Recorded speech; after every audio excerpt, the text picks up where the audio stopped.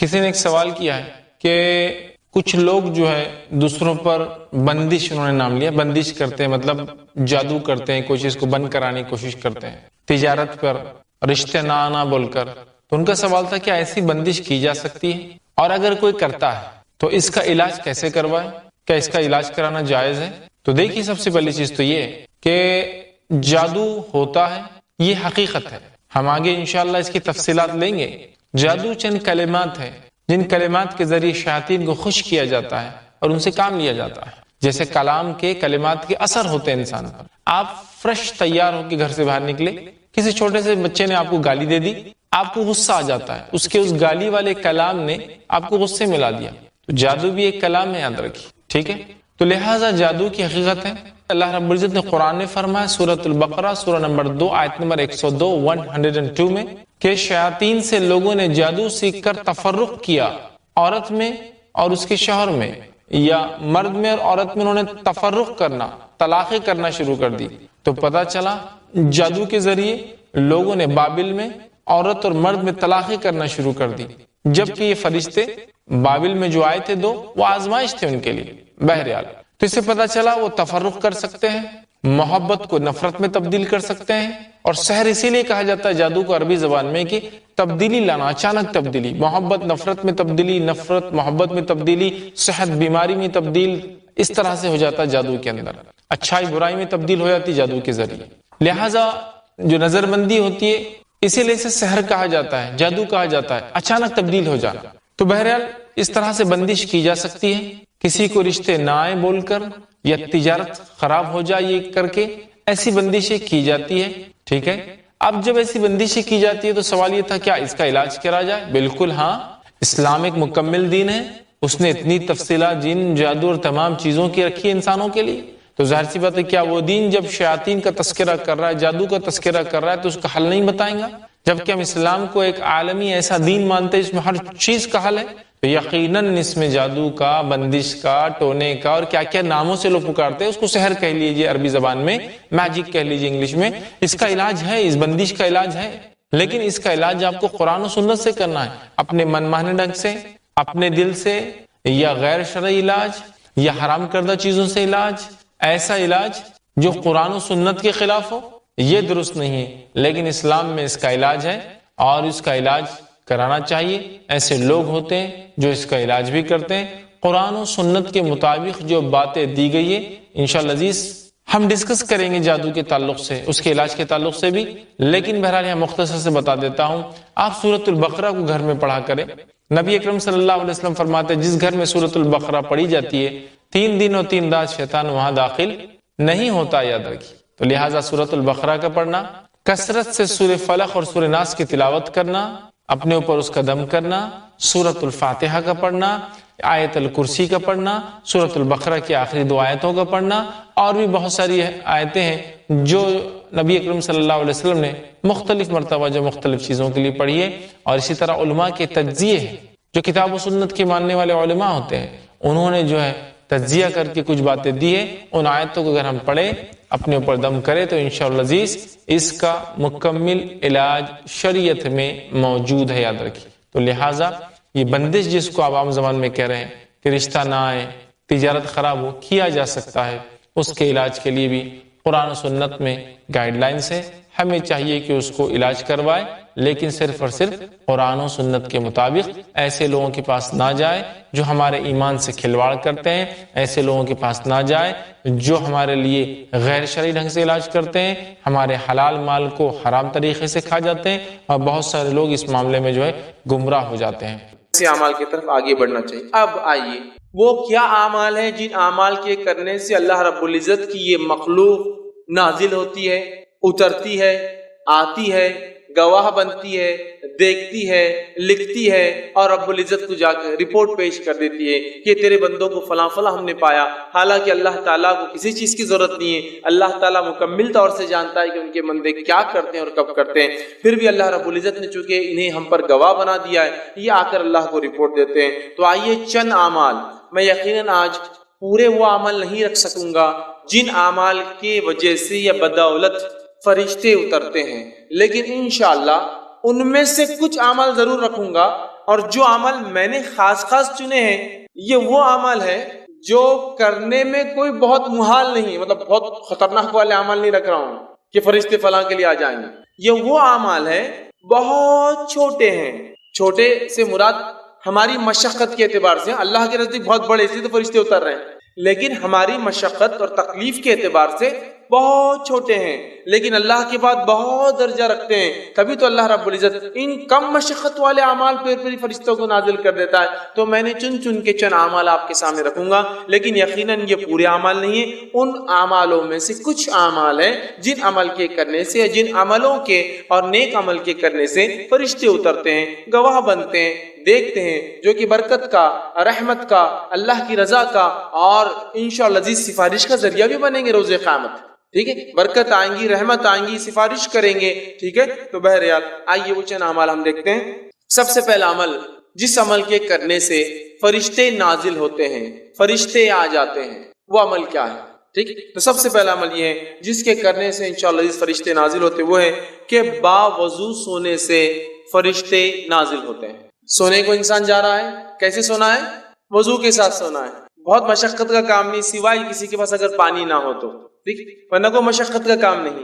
انسان نے وضو کیا، اور آج کل تو الحمدللہ میں سمجھتا ہوں ہیٹر کے ساتھ ساتھ کولر بھی ہوتے ہیں حمام کے اندر، کی ٹھنڈا پانی بھی ہو اگر گرمی زیادہ ہو تو، اور گرم پانی بھی ہو اگر سردی زیادہ ہو تو مشقت کم ہوتی ہے. لیکن ہو سکتا ہے کبھی مشقت ہو یا پانی نہ ملے، تو انسان اگر وضو کر کے سوتا ہے اور اگر اس حدیث کے عمل کے مطابق کہ اس سے تو فرشتے نازل ہوتے ہیں، تو پھر میں سمجھتا ہوں یہ بہت ہی جو ہے نیکی کا اور برکت کا باعث بنتے ہیں. چونکہ فرشتے ہر کسی کے لیے نہیں آتے، یہ بات یاد رکھ لیجیے، یہ بات بھی بہرحال یاد رکھ لیجیے، فرشتے ہر کسی کے لیے نہیں اترتے ہیں. جن سے رب راضی ہوتا ہے، آیت ہم دیکھ چکے، جن سے رب راضی ہوتا ہے انہی کے لیے اترتے ہیں. تو لہٰذا باوضو ہو کر جو شخص سوتا ہے فرشتے اس کے لیے اترتے ہیں اور نازل ہوتے ہیں. صحیح الجامع کی روایت ہے، نبی اکرم صلی اللہ علیہ وسلم نے فرمایا، عبداللہ بن عباس رضی اللہ عنہما اس کے راوی فرماتے اور کہتے ہیں اللہ کے رسول صلی اللہ علیہ وسلم نے فرمایا اور کہا، ان جسموں کو پاک کرو، ان جسموں کو پاک کرو، صاف کرو، دھو، اس کا معنی ہے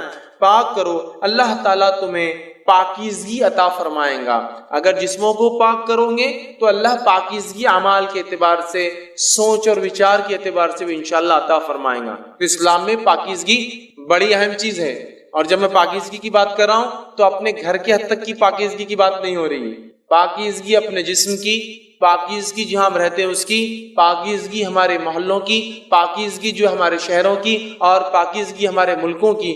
ظاہر ہونا چاہیے کہ ہاں یہ مسلمان ہیں اور یہ ایک پاک باز قوم ہے، اس لیے کہ ان کا دین انہیں ہر چیز میں صاف ستھرائی کا حکم دیتا ہے. اور اسلام اتنا پاکیزہ دین ہے، میں آپ کو کیا بتاؤں کہ نبی اکرم صلی اللہ علیہ وسلم جب کھانے کے لیے جاتے تو آپ ہاتھ کو دھویا کرتے، ہاتھ کو دھویا کرتے، مطلب کھانے سے پہلے ہاتھ دھونا یہ اتنا اہم عمل ہے. یہ میں اس لیے آپ کو رکھ رہا ہوں کہ دنیا کے اندر یونیسیف کی طرف سے یا ورلڈ ہیلتھ آرگنائز WHO کی طرف سے ایک دن دنیا بھر میں منایا جاتا ہے ہینڈ واشنگ ڈے، تاکہ لوگ عادی ہو ہاتھ دھو، چونکہ اکثر لوگ بغیر ہاتھ دھو کے کھانا کھاتے ہیں، اور اکثر بیماریوں کی وجہ سائنسی اعتبار سے بغیر ہاتھ دھوئے کے کھانا کھانا ہے. تو ایک دن ہے پورا سال میں منایا جاتا ہے، صرف ہاتھ دھونا سکھایا جاتا ہے اس دن. ہمارے دین نے تو سکھا دیا کہ ہمارے ربی تو 5 وقت وضو کے علاوہ، غسل کے علاوہ کھانے سے پہلے ہاتھ دھوتے، اور صفائی پاکیزگی کا تو یہ معاملہ ہے. تو ان جسموں کو پاک کرو، اللہ تمہیں پاکیزگی عطا کرے. جو بندہ بھی طہارت کی حالت میں سوئے، یقیناً ایک فرشتہ اس کے ساتھ رات بسر کرتا ہے. جو انسان وضو کے ساتھ، طہارت کے ساتھ سوئے تو اس کے لیے ایک فرشتہ رات بھر سے بسر کرتا ہے. جب بھی وہ شخص رات کی کسی وقت کروٹ لیتا ہے، ادھر سے ادھر یا ادھر سے ادھر ہوتا ہے، تو فرشتہ کہتا ہے اے اللہ اپنے بندے کو اس کو معاف فرما دے، یقیناً یہ وضو کر کے سویا تھا. سبحان اللہ، وضو کر کے سویا، رات میں کروٹ لے رہا ہے، آرام اس کو مل رہا ہے، ایک فرشتہ تعینات ہے رات بھر دیکھ رہا ہے. جب بھی اس نے کروٹ بدلی وہ اللہ سے دعا کرتا ہے اللہ اس کی مغفرت کر دے، اس کو بخش دے، وجہ یہ وضو کر کے سویا تھا، تیرا پاکیزہ بندہ ہے. دیکھیے کتنی بڑی بات ہے، صرف وضو کر کے. اور یہ وضو کر کے سونا یاد رکھیے اس حالت میں بھی ہے کہ اگر آپ کو غسل نہ بھی ہو تو، اس لیے کہ وضو ایک مستقل عبادت ہے. غسل ہونا نہیں ہونا ایک دوسری چیز ہے. حالانکہ غسل اگر نہ ہو تو وضو سے آپ عبادت نہیں کر سکتے، لیکن وضو خود عبادت ہے۔ نبی اکرم صلی اللہ علیہ وسلم جنابت کی حالت میں ہوتے، جنوبی ہوتے، لیکن آپ جو اپنے بیویوں سے ملتے تو سونے سے پہلے آپ نے فرمایا اگر غسل نہ کر سکے تو وضو کر لیا کرو، اس لیے کہ جنوبی مطلب جو آدمی جنابت کی حالت میں ہوتا، بیوی سے ہم بستری کیا ہوتا ہے، فرشتے اس سے دور بھاگتے ہیں، لیکن وضو کرنے سے نزدیک آ جاتے ہیں، تو وضو کر کے آپ سوچیں، وضو مستقل عبادت ہے، تو وضو کا معمول رکھیے، وضو سے سویا کیجئے، غسل ہو نہ ہو، عورتیں ناپاکی کریں لیکن وضو کر کے سوئے، حدیث میں وضو کرنے والے کی فضیلت ہے۔ انسان جنابت کی حالت میں وضو کر کے سوئے، اس لیے کہ وضو کرنے والے کی کروٹ کروٹ پر فرشتہ کھڑا ہے، انتظار کر رہا ہے، کروٹ لی وہ دعا کر رہا ہے، فائدہ تو ہمارا ہم نہیں لے رہے اور ایک فرشتہ ہمارے لیے مغفرت کی دعا کر رہا ہے، تو یہ مخلوق اللہ کی بڑی پاکیزہ مخلوق ہے۔ اگر یہ دعا کرتے ہیں تو یہ عمل کوئی معمولی اللہ کے نزدیک نہیں ہے، بڑا اہم عمل ہے۔ وضو کا عادت بنا لیجئے، دن ہو رات ہو، وضو ٹوٹے کہ دوسرا وضو کر لینا، وضو ٹوٹے کہ دوسرا وضو، ایک عادت بنا لیجئے تاکہ انشاءاللہ جس موت بھی آیا تو وضو کی حالت میں انسان چلے جائے دنیا سے، تو بڑی اہم چیز یاد رکھیے۔ تو وضو کا معاملہ رکھے، اور ان لوگوں کے لیے اس میں بہت بدبختی کی علامت ہے جو طہارت سے دن میں بھی رہتے تو رات میں کیا وضو کر کے سوئیں گے، بدبختی ہے نا، ظاہر سی بات ہے، ایسے لوگوں کے لیے فرشتے تھوڑی آئیں گے، شیاطین ساتھ رہیں گے ان کے، تو ہے نا، تو بہرحال کتنی بڑی فضیلت وضو کی آتی ہے۔ دوسرا وہ کام جس کے کرنے سے فرشتے نازل ہوتے ہیں، فرشتے اترتے ہیں، دعائیں کرتے ہیں، اور ظاہر سے فرشتوں کا اترنا یہ بہت سارے معنوں میں لیا جا سکتا ہے، دعا کرتے ہیں، مغفرت کی دعا کرتے ہیں، رحمت کی دعا کرتے ہیں، برکتیں لاتے ہیں، نصرت اور مدد کرتے ہیں، ٹھیک ہے، بہت سارے معنی ہو سکتے ہیں اس کے، ان کے اترنے کے، کئی چیزیں یہ کر سکتے ہیں اگر یہ اترتے ہیں تو یہاں دوسری چیز جس چیز کے کرنے سے حدیث میں آتا ہے کہ فرشتے نازل ہوتے ہیں، اس چیز میں سے ایک چیز ہے اہل ذکر کی مجالس، ایسے لوگ جو اللہ کا ذکر کرتے ہیں ان مجالس کو بھی فرشتے گھیر لیتے ہیں، مطلب ان کے لیے نازل ہوتے، اترتے ہیں، نہ صرف اترتے ہیں بلکہ گھیر لیتے ہیں۔ آئیے تھوڑا سا حدیث کو، جو کہ بخاری کی روایت ہے، میں حدیث کے پورے الفاظ آپ کے سامنے رکھنے کی کوشش کرتا ہوں کہ کیا فائدے اللہ کے ذکر کی مجلس کے، اور اللہ کے رسول نے لعنت بھیجی ایسی مجلسوں پر جو اللہ کے ذکر سے شروع اور ختم نہیں ہوتی ہے۔ تو آئیے سنیے، بخاری کی روایت آپ سے فرماتے ہیں اللہ تعالیٰ کے کچھ فرشتے ایسے ہیں جو ذکر کرنے والی مجلسوں کو، مجلس مطلب کچھ لوگ بیٹھے اور اللہ کے ذکر سے ہر بار مراد نہیں کہ آپ بیٹھ کے سبحان اللہ انشاءاللہ ماشاءاللہ کہتے رہے، بلکہ اس کا معنی یہ جہاں بھی اللہ کا ذکر ہوتا ہے، بات ہوتی ہے، تو آپ فرماتے ہیں ذکر والوں کو تلاش کرتے ہوئے جو ہے راستوں میں گھومتے پھرتے رہتے ہیں، جب وہ کسی ایسی جماعت کو، ایسی مجلس کو پاتے ہیں جو اللہ کا ذکر میں مصروف ہوتی ہے، تو وہ ایک دوسرے کو پکار کر کہتے ہیں آ جاؤ، جو کام کے لیے آئے تھے یہاں ہو رہا ہے، وہ اللہ فرشتے اپنی پیٹرولنگ پہ نکلے ہوئے گھوم رہے ہیں، تلاش کر رہے ہیں لوگوں، جیسے ان کو اپنے ٹارگٹ آڈینس مل گیا فوراً کہا چلو سب آ جاؤ، ادھر ایک کام ہو رہا ہے جس کے لیے ہم گھوم رہے تھے، پکارتے اور کہتے ہیں کہ ادھر آؤ، یہاں تمہاری حاجت جو چیز کے لیے نکلے ہیں، طلب کی چیزیں وہ یہاں ہے۔ وہ اہل مجلس کو آسمانی دنیا تک اپنے پروں سے ڈھانپ لیتے ہیں، اور اتنے جمع ہوتے ہیں چونکہ ان کو پر ہوتے ہیں، اور ایک پر ایک تہبت ہے، پہلے آسمان تک چلی جاتی ان کی جو ہے تعداد،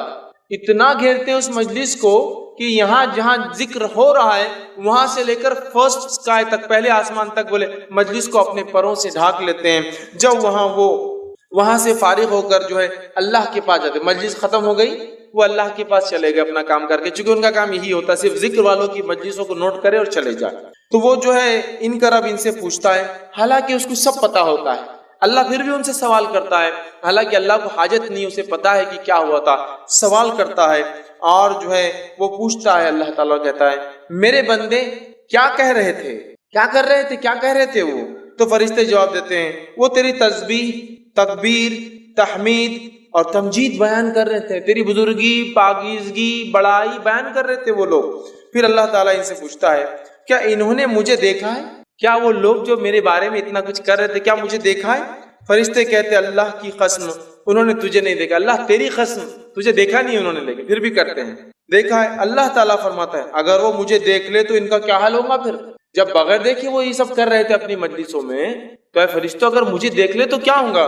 تو فرشتے جواب دیتے ہیں، فرماتے ہیں، فرشتے عرض کرتے ہیں اگر وہ تجھے دیکھ لے تو تیری اس سے بھی زیادہ عبادت کرنے لگیں گے، اگر دیکھ لے، جب نہیں دیکھا تو اتنی کر رہے تھے، اے اللہ اگر دیکھ لے تو بہت کریں گے۔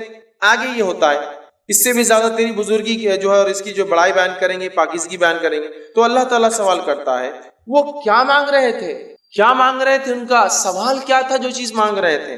فرشتے فرماتے جواب دیتے ہیں وہ تجھ سے تیری جنت مانگ رہے تھے۔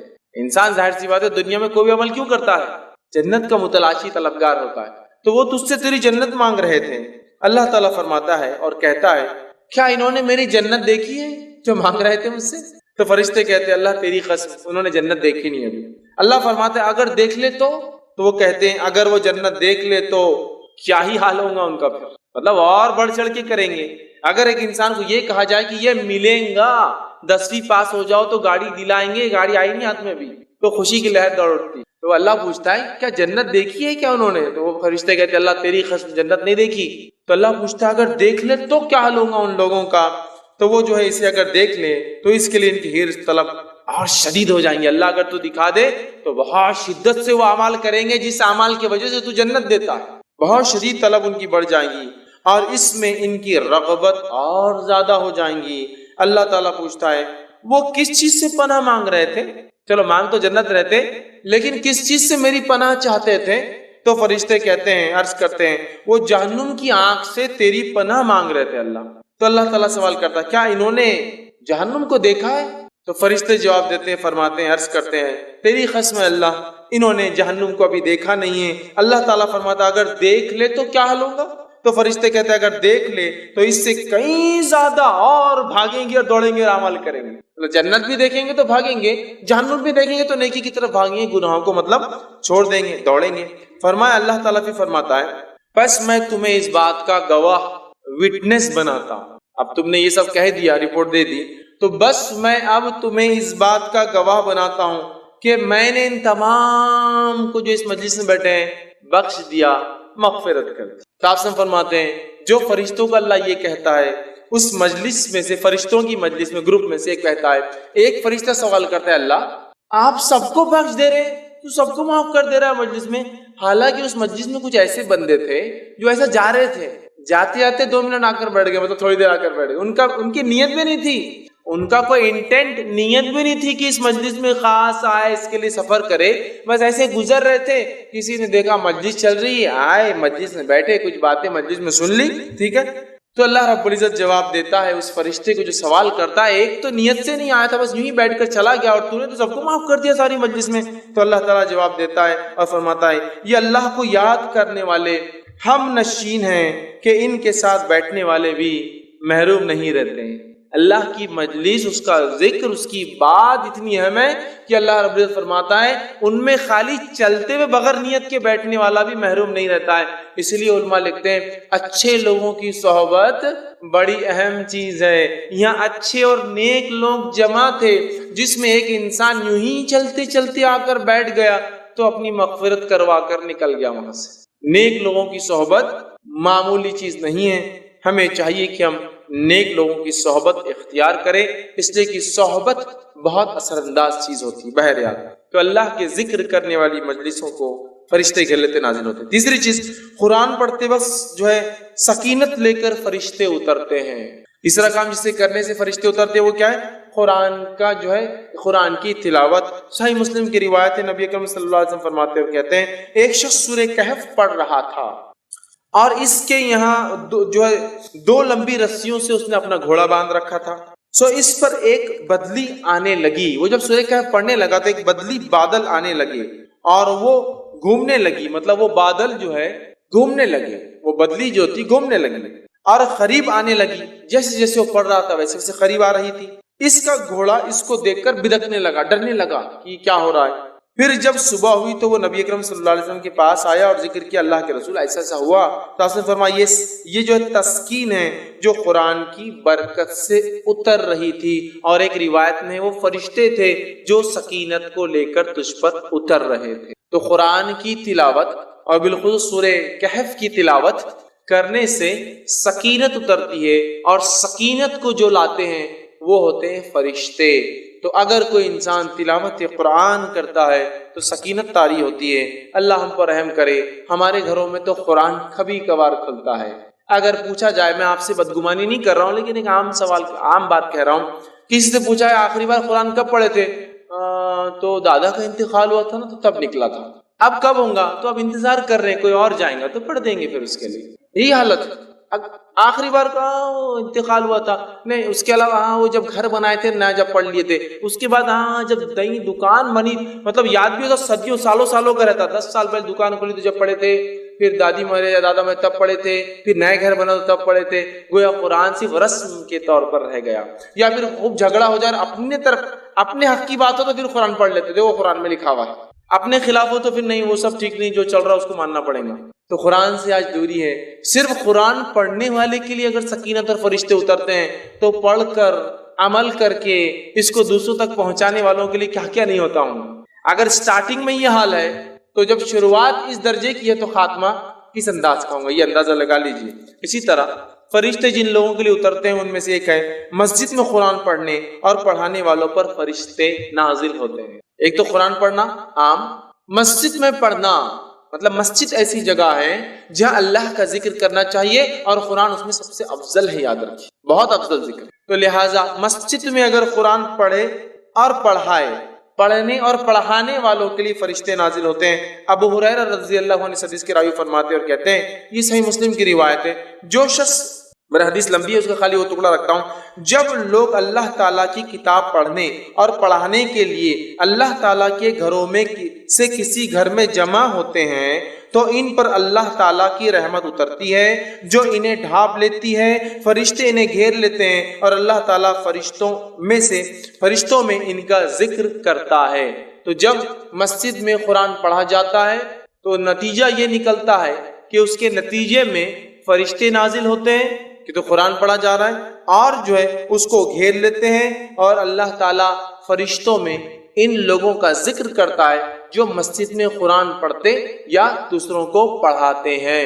ٹھیک ہے، تو ہمیں ایک معمول بنانا چاہیے کہ اللہ کے گھروں میں اللہ کی کتاب پڑھی جائے، اور بالخصوص چونکہ ہم لوگ عربی زبان نہیں جانتے اس کا ضرور اہتمام ہو کہ ہمارے مسجدوں یا گھروں میں جب قرآن پڑھا جائے تو ترجمہ بھی ساتھ پڑھا جائے، اور ہو سکے تو ایک قدم اور آگے بڑھ کے تفسیر بھی ضرور پڑھی جائے. اس میں کھلے طور سے کہتا ہوں جو بہتر لگتا ہے پڑھیے آپ کے نزدیک، میں کوئی نام بھی نہیں لیتا ہوں آپ سے، بس اللہ کی کتاب کو کھولیے، چونکہ اللہ کی کتاب کی خصوصیت ہے. علامہ ابن تیمیہ رحمہ اللہ فرماتے ہیں کہ جب کوئی شخص قرآن کی غلط تفسیر کرتا ہے تو اگلی آیتیں فوراً اس کو رد کر دیتی ہے.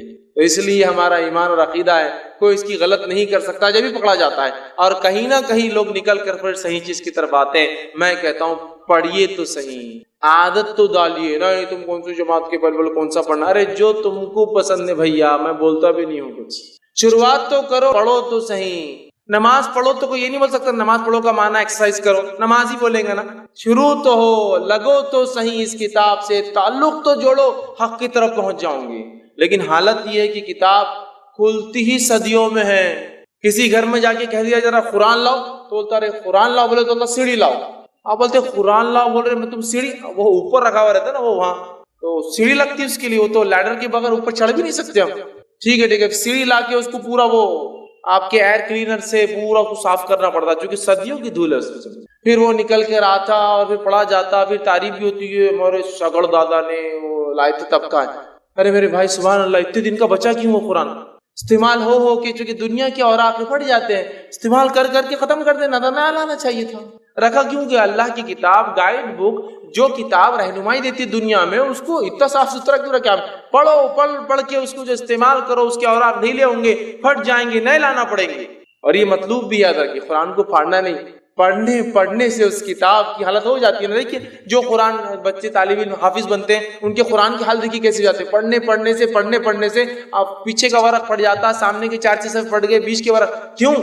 اس لیے کہ وہ استعمال کر رہا ہے نا، اس کتاب کو یوز کر رہا ہے نا.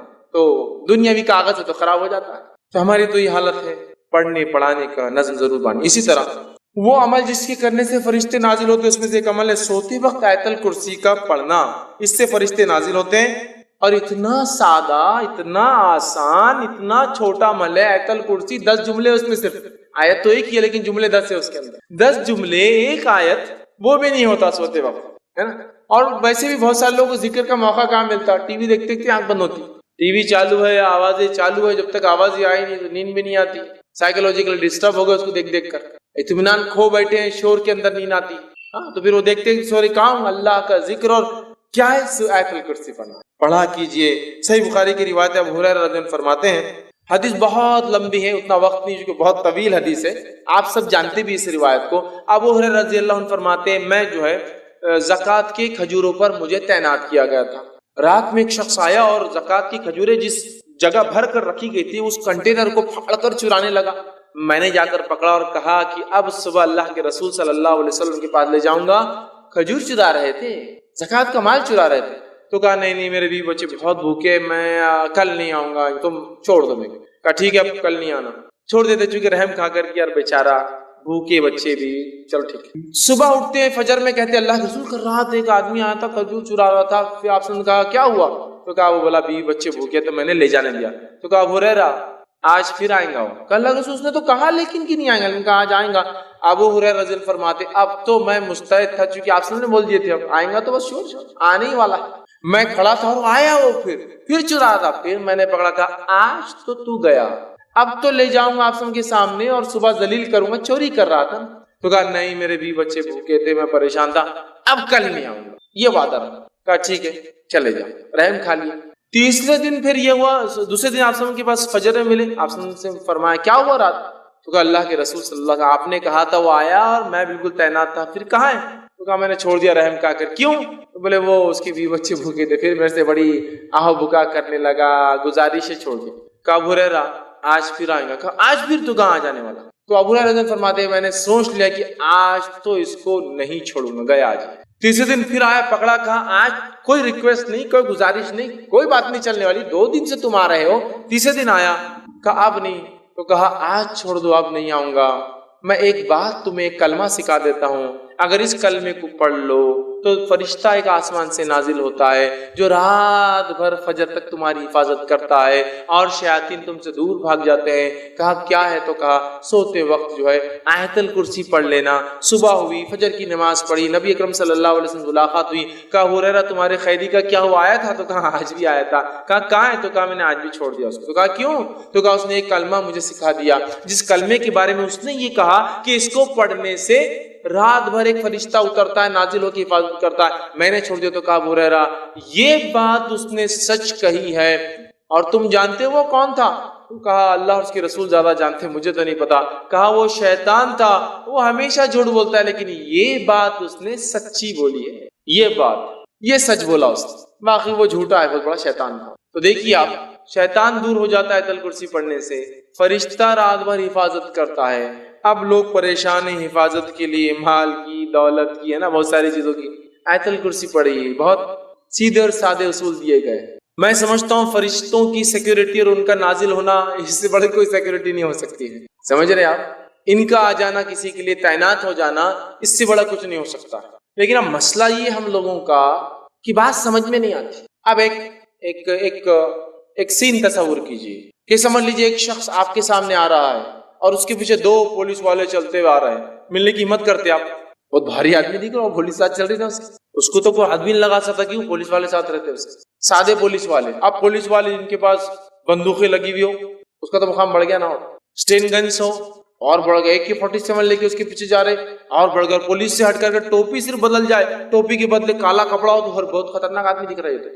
اتنی بڑی سیکورٹی، ٹوپی نہیں سر پہ، وہ سر پہ کفن باندھا ہوا آدمی اس کے ساتھ گھوم رہا۔ کمانڈوز جو ہوتے ہیں وہ کفن باندھے ہوئے نا، ان کا یہ مقصد ہے کہ اب جان بھی جائے تو کوئی مسئلہ نہیں، ارے ٹوپی نہیں تو مطلب بہت بڑا آدمی دکھ رہا ہے، سمجھ رہے نا، اندازہ ہوتا ہے۔ اب اندازہ لگائیے فرشتہ کھڑا ہے آپ کے لیے رات بھر، اللہ تعالیٰ کی ایک مخلوق جس کی طاقت، حیت، کیفیت، توانائی ایسی ہے کہ یہ روایت میں آتا ہے کہ ایک فرشتہ جو خبر میں قرآن جو نہیں پڑھتا تھا اس کو جو سزا دینے پر متعین رہیں گا، وہ ایک گز لوہے کا اٹھائیں گا سلاخ اور اٹھا کے دم ماریں گا ایک آدمی پہ جس نے قرآن نہیں پڑھا تھا دنیا میں، خبر میں اتنے زور سے وہ آدمی چلائیں گا اور اس کا سر ریزہ ریزہ بن کے ہوا میں اڑ جائیں گا کہ تمام مخلوق زمین و آسمان کی سوا جن اور انس کو چھوڑ کر اس کی چیخ کو سنیں گی۔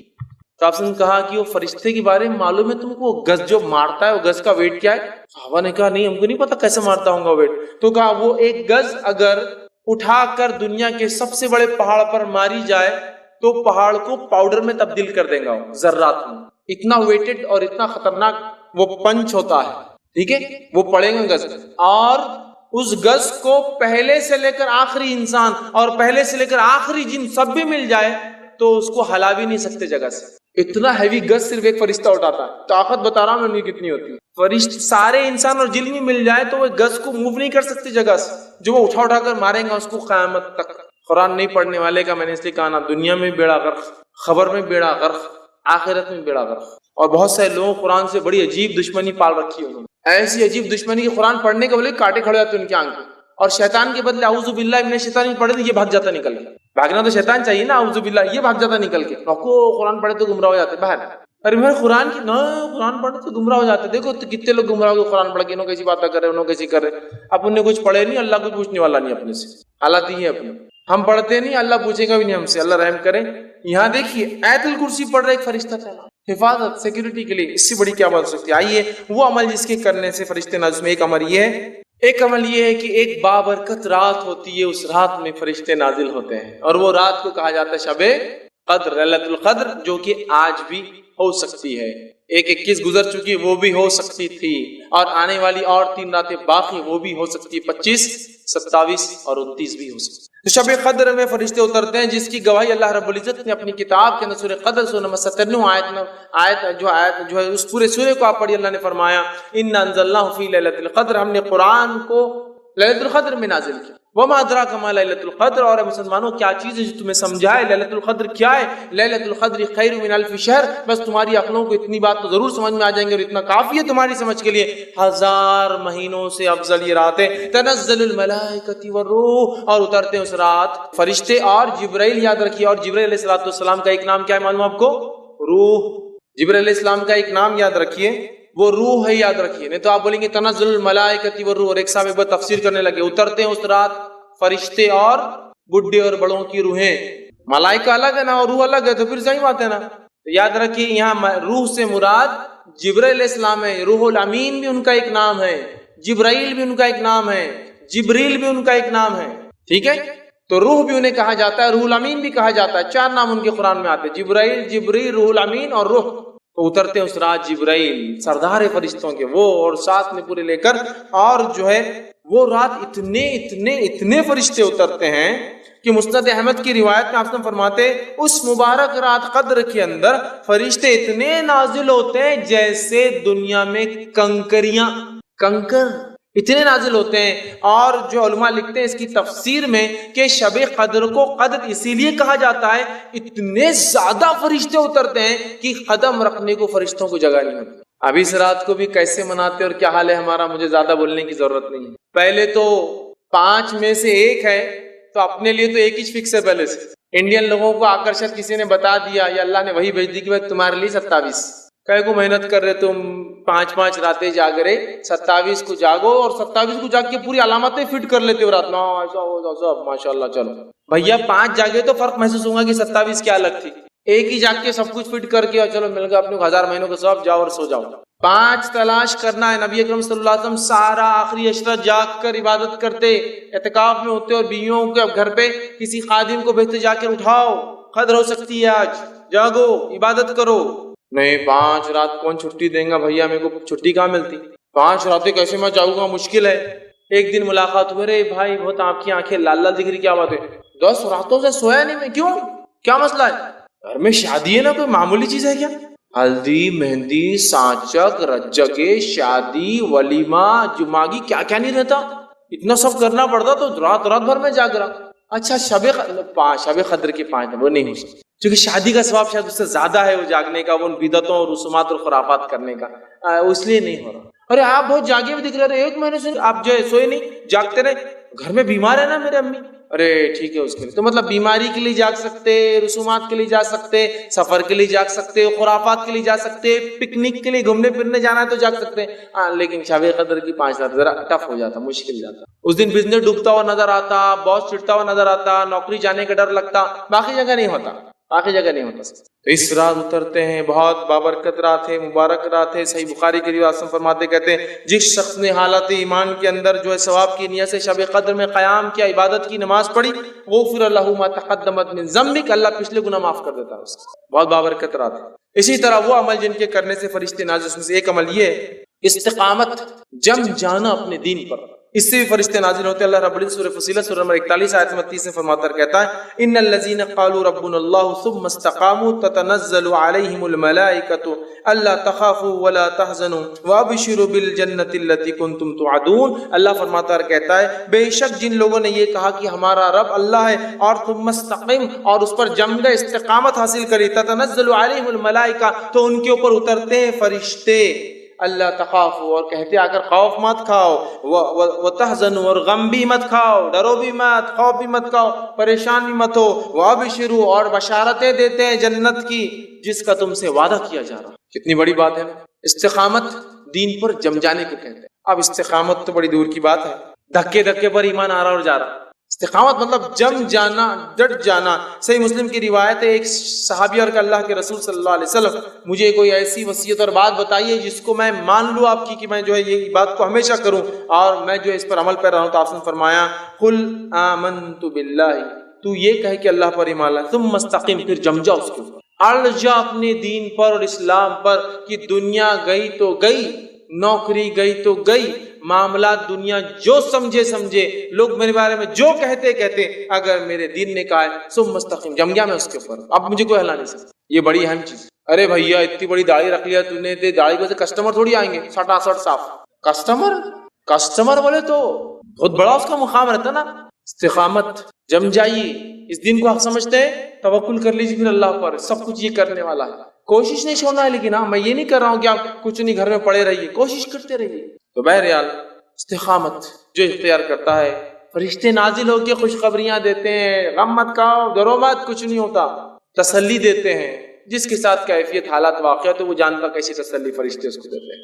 سکینت طاری ہو جاتی جب دنیا پریشان ہے، وہ سکون میں، چونکہ اس کو فرشتے بشارت دے رہے ہیں، سکون طاری کر رہے ہیں. اسی طرح وہ عمل جس سے کرنے سے فرشتے نازل، وہ ہے تہجد گزار، جو رات میں اٹھ کر نماز پڑھتا ہے تہجد کی، اس کے لیے فرشتے اترتے ہیں. اور صحیح مسلم کی روایت ہے، نبی کریم صلی اللہ علیہ وسلم کا جسے خوف ہو کہ آخری شب میں وہ نہ اٹھ سکے تو وہ اول شب میں پڑھ لے، مطلب رات کی نماز جو اول شب میں پڑھ لے، جلدی پڑھ لے.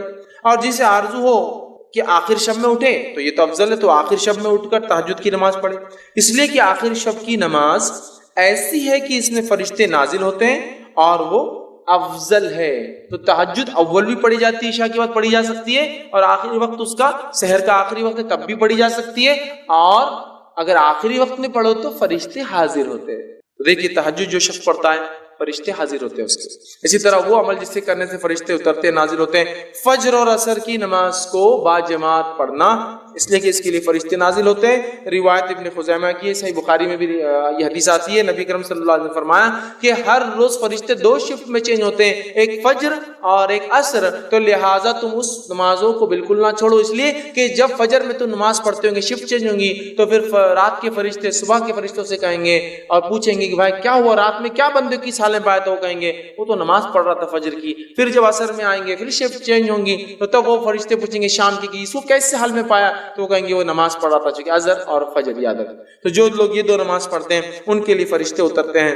اور جو ہے ابن خزیمہ کی روایت میں الفاظ اضافی یہ ہے کہ فرشتے کہتے ہیں اے الہی انہیں قیامت کے دن معاف فرما دے. جو لوگ فجر اور عصر کی پڑھتے ہیں فرشتے ان کے لیے کیا کہتے ہیں؟ اللہ ان کو معاف کر دے. اسی طرح وہ عمل جس سے کرنے سے فرشتے نازل ہوتے ہیں، اس میں عمل ہے جمعہ میں اول وقت میں مسجد میں پہنچنا. اس عمل سے فرشتے نازل ہوتے ہیں. جمعہ کے دن اول وقت سب سے پہلے مسجد میں آنا. صحیح بخاری کی روایت ہے، نبی اکرم صلی اللہ علیہ وسلم فرماتے ہیں کہ جمعہ کے دن جو ہے فرشتے مسجد کے دروازوں پر کھڑے ہو جاتے ہیں، مطلب اتر جاتے ہیں اور کھڑے ہو جاتے ہیں، اور ہر داخلہ کرنے والے کا نام رجسٹر کرتے لکھتے رہتے ہیں، یہ آیا یہ آیا. اور جو سب سے پہلی صف میں آتا ہے اس کو اونٹ قربان کرنے کا ثواب، صدقہ کرنے کا. جو دوسری صف میں آتا ہے اس کو جو ہے بیل قربان کرنے کا ثواب. جو تیسری صف میں آتا ہے اس کو بھیڑ بکری قربان کرنے کا ثواب. جو چوتھی صف میں بیٹھتا ہے اس کو مرغی صدقہ کرنے کا ثواب. جو 5ویں صف میں آتا ہے اس کو انڈا صدقہ کرنے کا ثواب. پھر جب خطیب خطبہ دینا شروع کر دیتا ہے تو فرشتے لکھنا چھوڑ کر خطیب کا خطبہ سننے کے لیے آ جاتے ہیں. تو گویا جمعہ کے دن فرشتے نازل ہوتے ہیں. جمعہ کی نماز کو اول صفوں میں آنے والوں کے لیے کھڑے ہوتے ہیں. خطیب کی خطبہ شروع ہونے تک لکھتے رہتے ہیں. خطبہ شروع کے بعد لکھنا بند کر کے آگے وہ کر لیتے ہیں. تو اپنے نام کو ہر جمعہ ضرور رجسٹرڈ کروائے. ہے نا, بولتے ہیں نا اپنا نام ضرور لکھوائے, یہ آفس میں ضرور اندراج کروائے, برتھ سرٹیفکیٹ ڈیتھ سرٹیفکیٹ ضرور بنائے. تو میں کہوں ہر جمعہ ضرور جلدی آ کے نام اندراج کروائے. اسی لیے حدیث میں نا 3 جمعہ کوئی نہ آئے تو اللہ اس کے دل پہ مہر لگا دیتا ہے کہ 3 جمعہ تک رجسٹریشن ہی نہیں ہونا اس کا مسجد کے اندر. رشتے لکھتے ہیں, نوٹ کر رہے ہیں. تو جمعہ میں آنا ہے اور خطبہ شروع ہونے سے پہلے, ہمارے پاس بہت سارے لوگ مسجد کے سامنے بھی آگے تو پیچھے بڑھ جاتے, بولتے ہیں ابھی خطبہ ختم ہوگا نا جب پڑھیں گے تو تب بھاگتے ہوئے آگے پیچھے کھڑے جانے کا. اپنے بہت لمبا خطبہ دیتے یار, وہ تو وہ ہوتا, میرے کو جمتا نہیں, میرے کو فلاں ہوتا.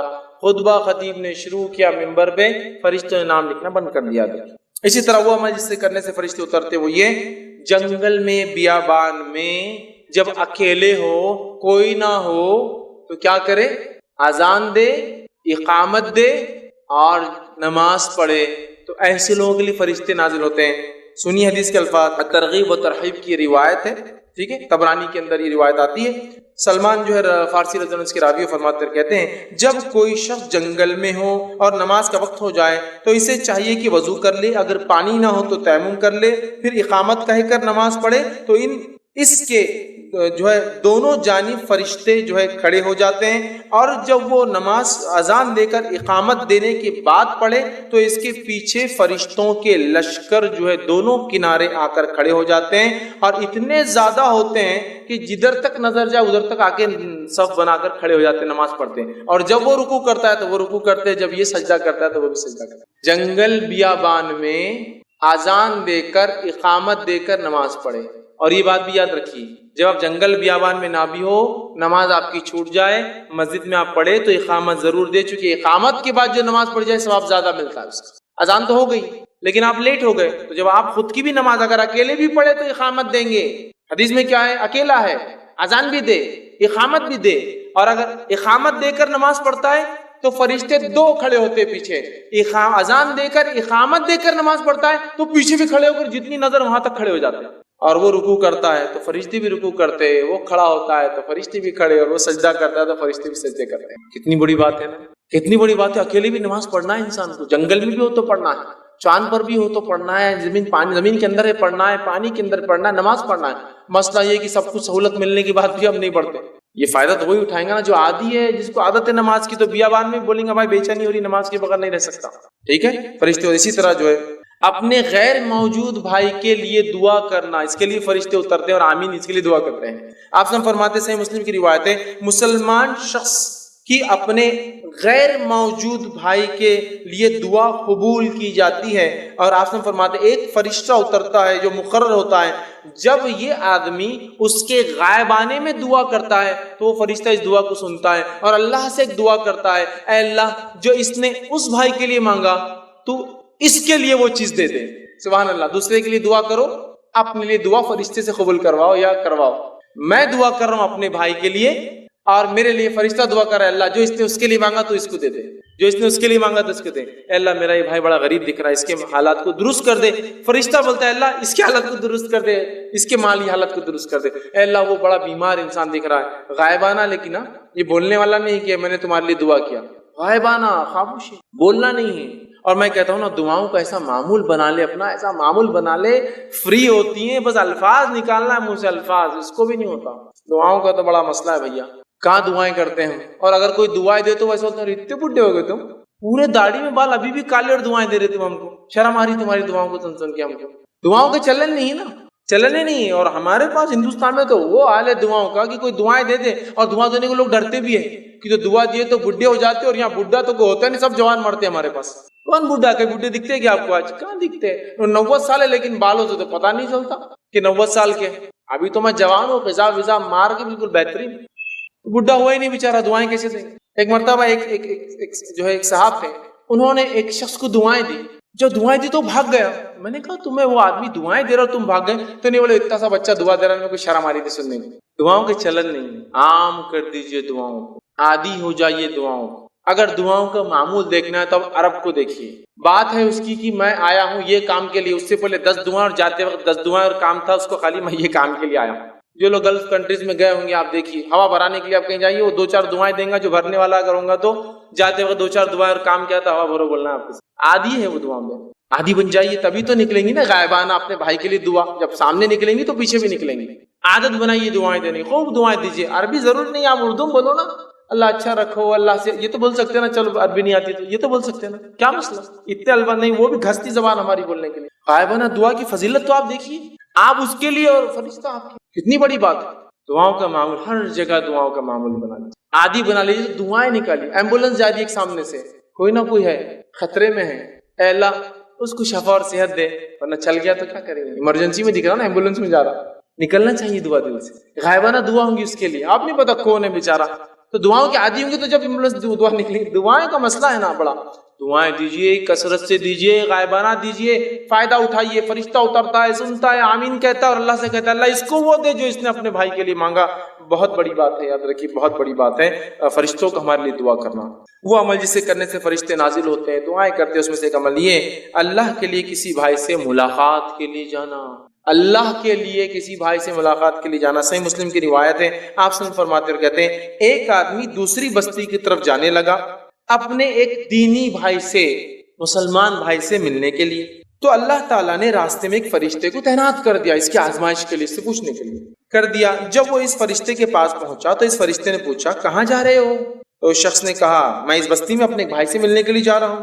فرشتے نے پوچھا کیا تو نے اس پر کوئی احسان کیا ہے جس کی وجہ سے تو وہاں جا رہا ہے؟ جیسا کچھ لینا ہے اس سے، کوئی احسان، پیسے دیا ہوا تو ادھار واپس لینے جا رہا، کچھ کرنے، احسان کیا ہے؟ تو اس پر کوئی احسان کیا ہے جسے تو بڑھانا چاہتا ہے یا لینا چاہتا ہے؟ کہا نہیں، بس میں اتنی سی بات کے لیے جا رہا ہوں کہ اللہ تعالیٰ مجھ سے راضی ہو جائے، اس خاطر چونکہ میں اس سے اللہ سے محبت کرتا ہوں اور میرا رب مجھ سے راضی ہو جائے بول کر میں اپنے اس بھائی سے ملاقات کے لیے جا رہا ہوں. وہ اس کا رشتہ دار نہیں ہے، دینی بھائی ہے سر. ملاقات کے لیے جا رہا ہوں جس طرح تو نے رضا کی خاطر.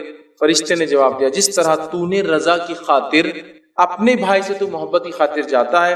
تو وہ فرشتہ دعا دیتا ہے اور کہتا ہے کہ محبت کی ہے اس لیے تو جا رہا ہے اپنے بھائی سے، اللہ تعالیٰ بھی تجھ سے محبت فرماتا ہے، تجھ سے محبت کرتا ہے. تو فرشتہ نازل ہوا کس شخص کے لیے؟ جو اپنے بھائی سے صرف اللہ کے لیے ملنے جا رہا ہے نا. تو یہ بھی معمول بنائیے، اپنے دوست، رشتہ دار، احباب، رشتہ دار تو اور زیادہ حقدار ہے لیکن ایسے لوگ جو دینی اعتبار سے ہے ملاقات کیجیے ان سے جا کر. یہ بڑا افضل عمل ہے. اللہ کی فرشتی نازل ہوتے ایسے لوگوں کے لیے، دعائیں کرتے اور اللہ محبت کرنا شروع کر دیتا ہے. ٹھیک ہے، اسی طرح جو ہے وہ شخص جس کے لیے فرشتے نازل ہوتے ہیں ان میں سے ایک ہے لوگ اس سے رشتہ توڑے اور وہ ان سے رشتہ جوڑے رکھے. لوگ اس سے رشتہ توڑے اور وہ ان سے رشتہ جوڑے رکھے. ایسے لوگوں کے لیے بھی فرشتے نازل ہوتے ہیں. صحیح مسلم کی روایت ہے، ابو ہریرہ رضی اللہ عنہ فرماتے کہتے ہیں کہ اللہ کے رسول صلی اللہ علیہ وسلم نے کہا کہ آپ کے پاس ایک شخص آیا اور اس نے کہا اللہ کے رسول میرے کچھ رشتہ دار ہیں کہ میں ان سے تعلق جوڑتا ہوں اور مجھ سے تعلق توڑتے ہیں. میں ان سے حسن سلوک کرتا ہوں، وہ میرے ساتھ برا سلوک کرتے ہیں. میں ان کے ساتھ تحمل اور بردباری مطلب معاف کرتا ہوں، درگزر کرتا ہوں، ظاہر کرتا ہوں اور وہ میرے ساتھ نادانی سے پیش آتے ہیں. آپ نے فرمایا اگر ایسا ہی ہے جیسا تو بتا رہا ہے کہ وہ ایسا کرتے ہیں تیرے ساتھ، تیری اس کی بات کہتا ہے، تو گویا ان کے منہ میں تو راکھ ڈالتا ہے، گرم راکھ. تیرا یہ اتنا اچھا عمل ان کے منہ میں تو انگار ڈال رہا ہے اس عمل کی وجہ سے، مطلب وہ توڑتے ہیں تو نہیں توڑتا. پھر فرمایا ان کے مقابلے میں تیرے ساتھ ہمیشہ اللہ کی طرف سے ایک مددگار رہیں گا جب تک تو اس عمل پہ باقی رہے گا. کب تک ایک مددگار اللہ کی طرف سے تیرے ساتھ رہیں گا؟ جب تک وہ رشتہ توڑے اور تو جوڑتے رہے، ایک فرشتہ تیرے ساتھ ہمیشہ مددگار بن کر رہے گا. سیکیورٹی فرشتہ ہے آپ کے ساتھ. بڑی اہم بات یاد، بہت اہم چیز یاد رکھیے. علی بن ابی طالب رضی اللہ عنہ کو ایک بار کہا گیا کہ آپ خلیفہ ہیں، پروٹیکشن لے لیجئے، حفاظت کے لیے کچھ لوگ رکھتے ہیں. تو کہا اللہ نے فرشتے تعینات کر رکھے ہیں، جب تک وہ رہیں گے کوئی مجھے نقصان نہیں پہنچا سکتا. جب اللہ انہیں حکم ہٹنے کا دے دیں گا تو کوئی مجھے بچا نہیں سکتا. تو کوئی زیادہ فائدہ ہونے والا نہیں ہے حفاظتی دستے رکھ کر. کتنی اہم بات ہے نا، یہ بڑی اہم بات ہے. اسی طرح مریض کی عیادت کو جانے سے فرشتے نازل ہوتے ہیں. مریض کی عیادت، بیمار. مسند احمد کی روایت ہے جو آپ سے فرماتے ہیں جب کوئی مسلمان دن کے کسی گھڑی میں اپنے بھائی کی عیادت کرے تو اللہ تعالیٰ کے 70,000 فرشتے اللہ بھیجتا ہے. کتنے فرشتے بھیجتا ہے؟ 70,000 70,000 فرشتے بھیجتا ہے. اور وہ فرشتے اگر دن میں جاتا ہے تو شام تک دعائیں مغفرت کرتے ہیں، اور اگر شام میں جاتا ہے تو صبح تک دعائیں مغفرت کرتے ہیں. کس شخص کے لیے؟ جو بیمار کی عیادت کرنے جاتا ہے. اللہ تعالیٰ اس کی بھی ہمیں توفیق دے. بیمار کی عیادت محال ہوتا ہے ہمارے لیے. لوگ زندگیاں مر جا رہے ہیں, مطلب عیادت کرنے سے پہلے گزر بھی جا رہے ہیں, لیکن وقت نہیں مل رہا. جائیے, 70,000 فرشتے اترتے ہیں اور اس پورے دن دعائیں کرتے, اللہ اس کی مغفرت کر, اس کو بخش دے, اس کو معاف کر دے, اس کے گناہ معاف کر دے, اور صبح سے شام تک, اور شام میں گیا تو صبح تک. سمجھ رہے ہیں آپ؟ اور کچھ صحابہ کو تو یہ معمول تھا, اگر شام ہونے لگتی, مطلب ابھی دن کا آخری وقت ہوتا, تو عیادت کو نہیں جاتے, بولتے رک جاؤ, شام ہونے کے بعد جائیں گے تاکہ صبح تک مغفرت کی دعا کریں گے نا فرشتے. تھوڑا ٹائم باقی, اب سمجھ لیجیے مغرب نہیں ہوئی, مغرب سے 15 منٹ ہے, تب سورج غروب ہوگا, دن بدل جائے گا نا شام, تو رک جاتے تھے. کہ کیوں؟ کہ تو دن بھر کا ہے نا, رات کریں گا تو رات بھر, مغرب کی بات کریں گا تو فجر تک, اور فجر کی بات کریں گا تو مغرب تک, تو وہ رک جاتے تھے تھوڑا سا, اور پھر شام ڈھلنے کے بعد جاتے تاکہ رات بھر فرشتے دعا کریں. 70,000 فرشتوں کی دعا چاہیے, آسان عمل ہے. مریضوں کی عیادت کریں. لوگ اپنے دین کی دعوت و تبلیغ اس کام کے ذریعے کر رہے ہیں. یہ بڑا اہم عمل ہے, چھوٹا سا عمل ہے, بڑا اہم عمل ہے. اس لیے کہ جب بیمار انسان ہوتا ہے نا, وہ کسی کی بھی کوئی بھی بات میں آ جاتا ہے. بیمار کو آپ کہیں یہ کر لی, وہ کر لیتا, یہاں خرچ کیجیے کر لیتا, یہ دے دیجیے دے دیتا, وہ کھا لو کھا لیتا, چونکہ اس کو شفا چاہیے, اس کو بیماری سے نجات چاہیے نا. ایسے موقع پر اگر حق والے لوگ نہیں جائیں گے تو پھر کون جاتے؟ باطل چلے جاتے, کچھ بھی سنا دیتے, کوئی بھی طریقہ بتا دیتے, پھر آپ بولتے رہے وہ ایسا کر رہا ہے, وہ غلط ہے, تو بھائی آپ جا کے بتاؤ نا. بیماری ایک موقع ایسا ہوتا ہے, لوگ سنتے ہیں, جانا چاہیے, یاد رکھیے, ٹھیک ہے. اسی طرح جو وہ عمل جس سے کرنے سے فرشتے نازل ہوتے, وہ یہ ایک شخص تھے جو بہت نیک و سعادت مند تھے, ان کے جنازے میں جو ہے فرشتے شامل ہوئے, بہت نیک انسان تھے. اور جو ہے یہ روایت جو ہے سنن ابو داؤد کی ہے, لیکن حدیث کے اندر وہ کون صحابی تھے ان کا کوئی تفصیلات تذکرہ نہیں آتا, لیکن ایک نیک انسان تھے. نبی اکرم صلی اللہ علیہ وسلم کے جنازے میں پیدل چلنے لگے. صحابہ نے کہا اللہ کے رسول سواری پہ چلیے نا, آپ تھک جائیں گے. آپ نے کہا نہیں. پھر واپس آنے لگے تو پھر کہا اللہ کے رسول صلی اللہ علیہ وسلم سواری پہ چلیے نا, تھک جائیں گے. اس سے پتہ چلا بوڑھا انسان یا بیمار انسان سواری پر بھی قبرستان جا سکتا ہے. پھر جب آئے تو کہ اللہ کے رسول آپ نے آج ہماری سواری نہیں لی, ہم تو چاہ رہے تھے کہ آپ سواری پہ جانا, سواری پہ جانا. تو آپ نے فرمایا کہ اس جنازے کے ساتھ فرشتے چل رہے تھے, تو مجھے درست نہیں لگا کہ میں سواری پہ چلوں جبکہ فرشتے پیدل چل رہے تھے اس جنازے کے ساتھ. تو نیک لوگوں کے جنازے میں فرشتے بھی شامل ہوتے ہیں. نبی اکرم صلی اللہ علیہ وسلم, لیکن وہ کون صحابی تھے ان کی کوئی تفصیلات حدیث میں نہیں آتی, ٹھیک ہے. تو نیک لوگوں کے جنازے میں فرشتے بھی شامل ہوتے ہیں. اسی طرح جو ہے نبی اکرم صلی اللہ علیہ وسلم پہ درود بھیجنے سے بھی فرشتے نازل ہوتے ہیں. درود, اور خاص طور سے درود کب بھیجنا چاہیے, اور بالخصوص درود سے مراد درود ابراہیم, یہ سب سے افضل ہے. یہ جمعہ کے دن تو خاص کثرت سے بھیجنا چاہیے, زیادہ تر زیادہ. اور درود کے اتنے فضائل ہیں, انشاءاللہ میں آگے فرشتے کس کے لیے دعا کرتے ہیں اور کس کے لیے بد دعا کرتے ہیں ایک اور عنوان آ رہا ہے, اس میں انشاءاللہ بات رکھوں گا. لیکن مختصر کہتا ہوں, فرشتے دعا کرتے اور درود کے فضائل میں ایک بات یہ آتی ہے. ایک صحابی نے کہا اللہ کے رسول اگر میں اپنی دعاؤں میں اگر 1/3 مطلب 1/4 درود پڑھوں تو 25%, میری دعا کا 25% صرف درود, تو کیا چل جائے گا؟ تو آپ نے کہا کم ہے. تو کہا 35% اگر درود پڑھوں اور باقی میری دعا ہو, تو کہا زیادہ کرے تو بہتر ہے. تو کہا کہ آدھے میں درود بھیجوں, مطلب آدھی دعائیں درود اور آدھی دعائیں اپنے لیے کروں. تو کہا ٹھیک ہے, لیکن اور بڑا تو اچھا ہے. تو کیا کہا پورا میں صرف درود ہی بھیجوں؟ تو کہا تیرے لیے کفایت کر جائیں گے, کیونکہ جو درود پڑھتا ہے اس کی اللہ مسائل حل کر دیتا ہے اور مصیبت سے نکال دیتا ہے. تو کہا میں آج کے بعد صرف درود ہی پڑھوں گا, دعا کرتا ہی نہیں ہوں. آپ سب نے کچھ نہیں کہا اور وہ چلے گئے نکل گئے. اسی لیے آپ دیکھیے جب کوئی آدمی مصیبت میں پھنستا ہے, ہمارے پاس تو نہیں ہوتا لیکن عربوں کو دیکھیے آپ, مصیبت میں پھنسا کہ اللہم صلی علی محمد شروع کر درود پڑھنا, چونکہ درود دعا ہے, درود کی وجہ سے مصیبت حل ہو جاتی ہے. کیونکہ آپ سب نے صحابی کو بتا, اور یہ صحیح روایت ہے. بہت سے علماء کو آپ دیکھیے کوئی حوالہ نہیں ملا تو اللہم صلی علی محمد شروع ہوا درود پڑھنا, اس لیے کہ مسئلہ ہے نا, حوالہ نہیں مل رہا کہاں ہے, دعا کے بدلے درود. تو وہ صحابی نے کیا کہا 1/4 1/3 آدھا پورا, تو آپ خاموش ہے نا, یہ نہیں کہا کہ نہیں پورے دعا بھی کر, کہا میں اب صرف درود ہی بھیجوں گا آپ پہ. تو کہا اللہ تیرے سب مسئلے حل کر دیں گے, جہاں درود ہی بھیجتا رہے. بڑی بات ہے. درود پڑھنے والے کے لیے فرشتے بھی نازل ہوتے ہیں. اور حدیث کے اندر الفاظ اس طرح سے, طبرانی کی روایت ہے کہ جو ہے عقبہ بن عامر رضی اللہ عنہ فرماتے ہیں کہ نبی اکرم صلی اللہ علیہ وسلم نے کہا کہ جو شخص جو نبی اکرم صلی اللہ علیہ وسلم درود بھیجتا ہے تو وہ درود آپ تک پہنچا دیا جاتا ہے. یہ نسائی کی روایت ہے. ابو داؤد کی روایت میں الفاظ ہیں اپنے گھروں کو قبرستان نہ بناؤ اور میری خبر کو جو ہے میلہ گاہ نہ بناؤ. پھر آگے فرمایا تم میرے اوپر درود پڑھو, بے شک تمہارا درود مجھے پہنچا دیا جاتا ہے چاہے تم جہاں بھی رہو. یہ کیسے ہوتا ہے؟ یہ غائب میں ہوتا ہے, اللہ بہتر جانتا ہے یہ معاملہ کیسے ہوتا ہے. اسی طرح وہ کام کرنے جس سے فرشتے نازل, اس میں سے ایک کام یہ ہے ذکر الہی, اور جو تقوی اختیار کرنے والے پر فرشتے نازل ہوتے ہیں. حدیث کے الفاظ اس طرح سے ہیں جو کہ طبرانی کی روایت ہے. آپ نے فرمایا نہیں کوئی سوار علیحدہ ہوتا اپنے سفر میں اللہ اور اس کے ذکر کے ساتھ مگر اس کا ساتھی فرشتہ ہوتا ہے, اور اسی طرح انہیں علیحدہ ہوتا ہے جو شاعر جو برے شعر یا بری باتیں کہتے ہیں، مگر وہ شیطان کے ساتھ ہوتا ہے۔ تو ذکر الہی اور تقوی اختیار کرنے سے جو ہے ایسا مسافر جو ذکر الہی کرتا ہے اور تقوی اختیار کرتا ہے، اس مسافر کے ساتھ ایک فرشتہ لگا ہوا ہوتا ہے۔ میں مسافر کہنا بھول گیا تھا پہلے۔